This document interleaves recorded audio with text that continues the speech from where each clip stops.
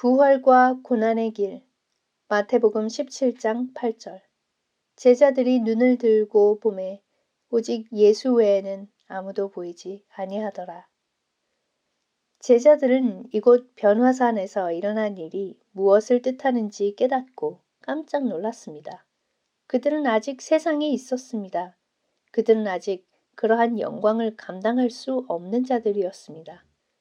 그런데 감히 하나님의 영광을 범한 것입니다. 그때 예수님께서 다가와 그들을 어루만져 주셨습니다. 예수님은 그들의 주님이십니다. 예수님은 살아계신 주님이십니다. 예수님은 그들을 버리지 않으십니다.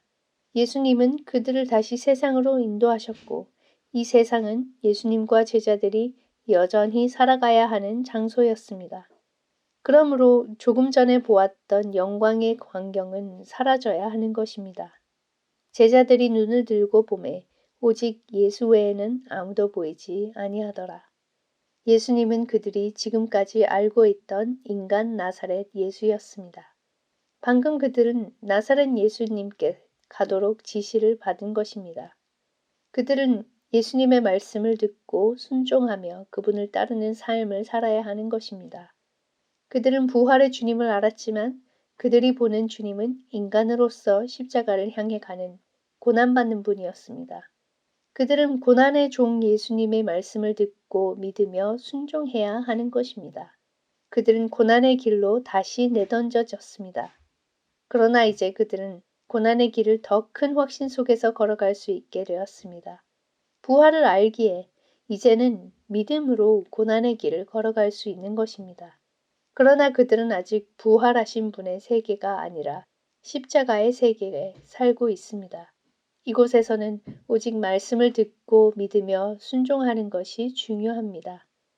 변화산에서 무슨 일이 일어났는지는 마지막 부활의 그날까지 비밀로 남아있을 것입니다. 그러나 그 비밀은 예수님과 함께 겟세마네로 향해야 했고 고난의 길로 가야 했던 제자들에게 위로가 되었습니다. 이제 그들은 부활하신 주님 안에서 십자가에 못 박히신 주님을 보고 십자가에 못 박히신 주님 안에서 부활하신 주님을 인식하게 되었습니다. 변화산의 환상은 예수님이 골고다 언덕에서 수치를 당하는 모습을 바라볼 때에 잊혀지고 말았습니다. 믿음은 깨어지고 말았습니다. 그러나 부활의 날이 왔고 그들에게는 다시 믿음이 선사되었습니다.